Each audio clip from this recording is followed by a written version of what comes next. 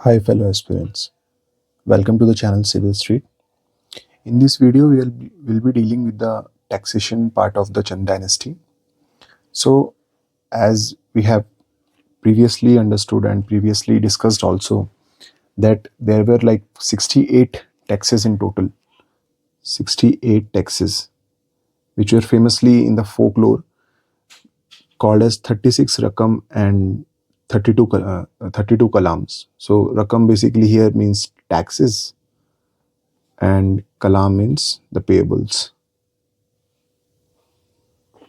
Okay, so ये 36 रकम और 32 कलाम they constitute around 68 taxes. So all these receivables, if we see, can be uh, divided into or categorized into 5 major heads. So first, the first type of taxes were the land taxes. The second one was the people cost taxes. The third, we can say, the taxes which were used for for giving the salaries of the court employees.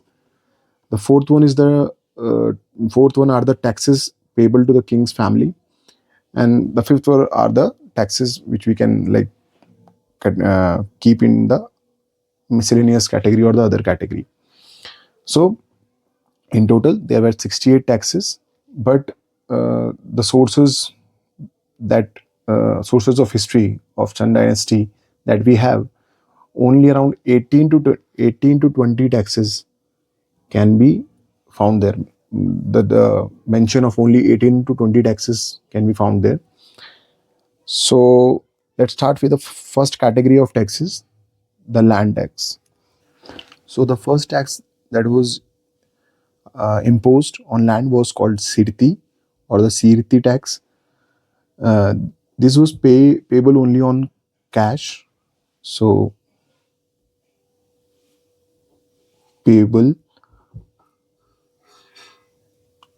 only on cash, and basically the traders or the merchants of Bhabar and Bhotia regions were the ones on which this tax was imposed basically. So yeah, this is Sirti tax, and yeah, the word Sirtan also originate from here. Yeah, the second was the baker tax. So the tax that was tax payable to state in the form of grains. In the form of grains, this tax is called baker tax.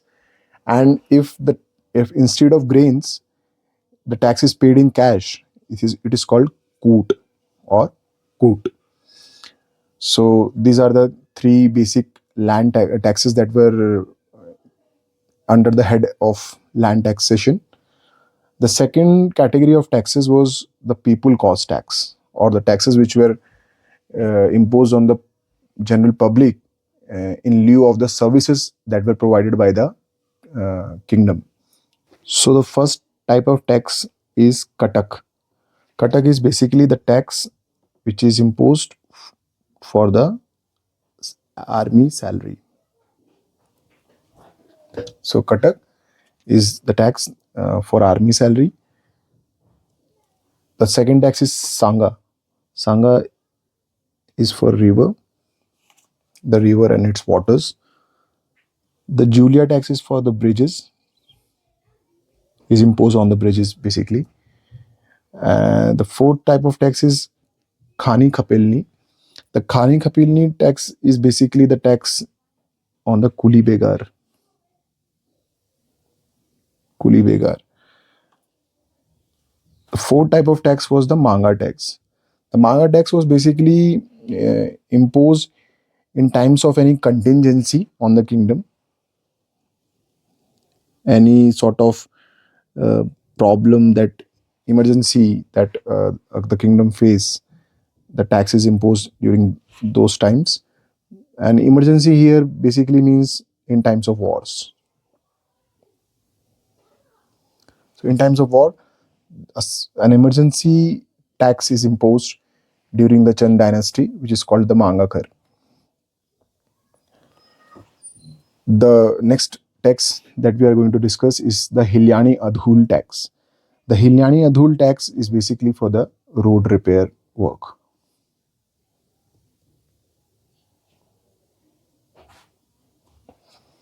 So that pretty much sums up the second category, I think. The third category that we're going to discuss about is the salary. Oh, I've written salary for code employees. So the first tax under this head is the Kaminchari or the Syanchari type of tax, which is basically for the salaries of Sayanas, which were the regional revenue administrators, the regional officials that were given the task of revenue collections were called the Sayana, as we have uh, discussed in the earlier lectures. So Sayana, the Kaminchari or the Syanchari tax was imposed for the Sayana, for the salaries of Sayana, the regional administrators.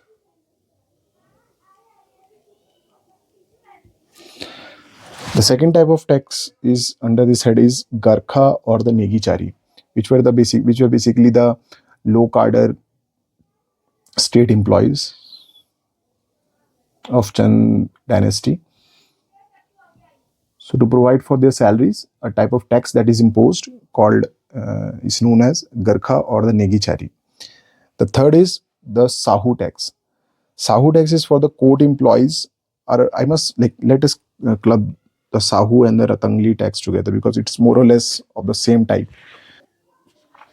The Sahu and Ratangli tax was imposed for the salaries of the court employees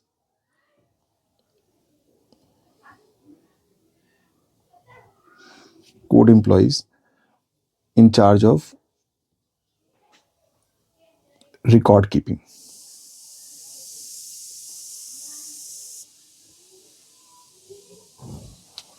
So yeah, and the last tax under this head is the Nyayavali, which was which was imposed for the pursuance of justice. Pursuance of justice. So if anyone in the kingdom, any person in the kingdom uh, demands justice for in any matter, tax is imposed on them, which is called Nyayavali. The fourth category that we are going to discuss is the taxes payable for king family. So there are certain taxes which were exclusively imposed in order to provide for the services to the king's family. So the major taxes that comes under this head are the Ghudialo. Ghudialo is for basically for the horses of king, for the maintenance of the horses of the king. The second was the Kiryalo. Kiryalo is for the dogs. Next is Bhugdiya. These are basically the oh sorry. These are basically the ostlers. Ostlers are the people who are tasked with the maintenance of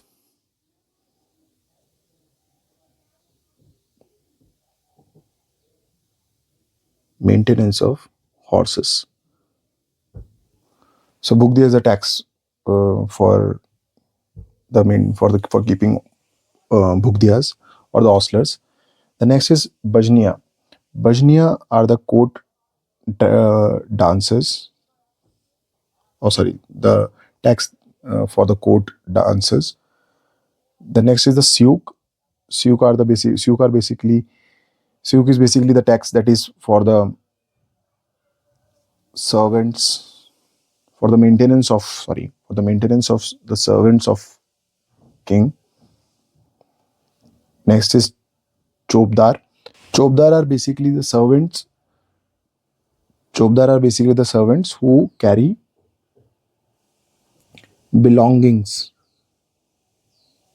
belongings like arms and other stuff for of king.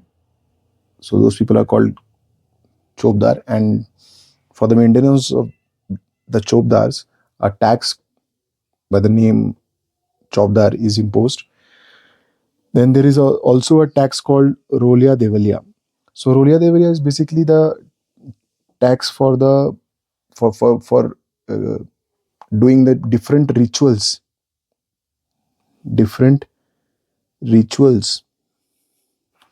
associated with the royal deities, जो भी उनके देवी देवता होते थे चंद शासकों के, उनसे related जो भी पूजा अर्चना होती थी, उसको करने के लिए एक टैक्स इम्पोज होता था जिसको रोलिया देवलिया कहते थे. So these are basically the four type of taxes. Then there are four category of taxes. Then there are certain other taxes which which I won't be able to like club into any of these four categories. So I kept it in the head of other taxes. So the first one that comes in the miscellaneous category or the other category is the tax called Mijhari. This is imposed on the Harijans or the, what do you call them, craftsmen.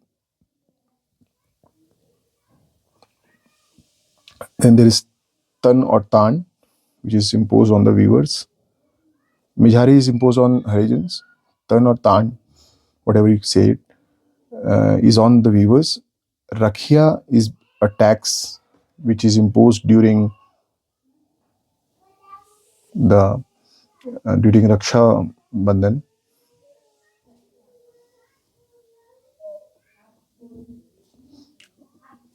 and at times during Upnayan or the Jarayu Sanskar. Then there is tax called Kanak. Kanak is imposed on the Shauka Bhotias.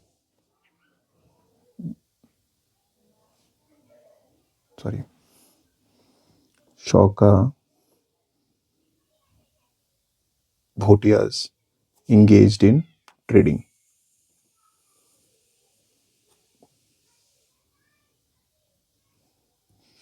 Then there is Ghikar. Ghikar is basically on the milch animals, on keeping milch animals at one's house. अपने घर में मतलब दुधारू पशुओं को रखने के लिए जो टैक्स इम्पोज होता था उसको घी कर बोलते थे. उसके अलावा एक कर होता था मौकर, which is basically an additional tax on each family of the kingdom. Then there is भात कर. दावतों पे जो कर लगता था उसको भात कर बोलते थे. So basically during feasts or during functions, a कर is imposed, a tax is imposed, which is called bhat kar. Then there is a tax called gai charai. So gai charai basically for those who come with animals for grazing in the Bhavar region of the Kumaon. So a tax is imposed called gai charai. So it is for those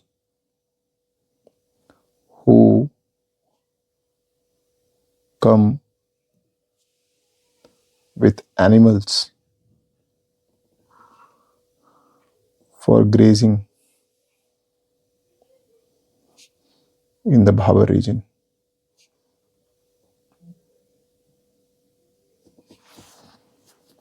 Then there is a tax called Vyapar Kar, which is again imposed on the weavers.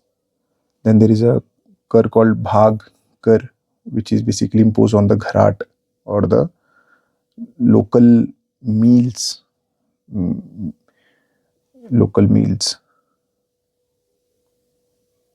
water meals or meals of the regions. A tax is imposed called Bhag. And then there is a tax on Jagaria, which is basically imposed on the people who perform Jagars or the folk song or dances. So these are basically the major taxes that were imposed during the Chand dynasties. I tried to cover most of it, and I hope people will appreciate the effort. And if you have any question, any feedback, that would be really appreciated. Thank you, and have a nice day.